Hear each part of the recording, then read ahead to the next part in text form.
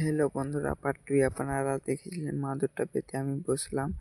বসার পরে দিয়ে দুটা ছবি তুলে নিলাম যতক্ষণ না বাজার থেকে জিনিসপত্র আসছে। আর এদিকে দেখা যাচ্ছে এদিকে এরা চুলা করতে বসে গেছে। তো এরা গিয়েছিল বাজার, তো আজ বাজারে অনেক ভিড়, এরা না সামান নিয়ে চলে এসেছে। এদিকে এরা এখন পাঞ্জা লড়ছে।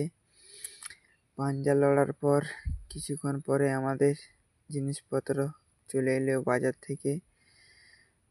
থেকে আসার পর আমরা খেতে বসে গেলাম মুড়ি ঘুগনি। আজ আমাদের আসতে লেট হয়েছিল, তাই বলেছিলাম বাজার থেকে নিয়ে আসবি কিনে ঘুগনি।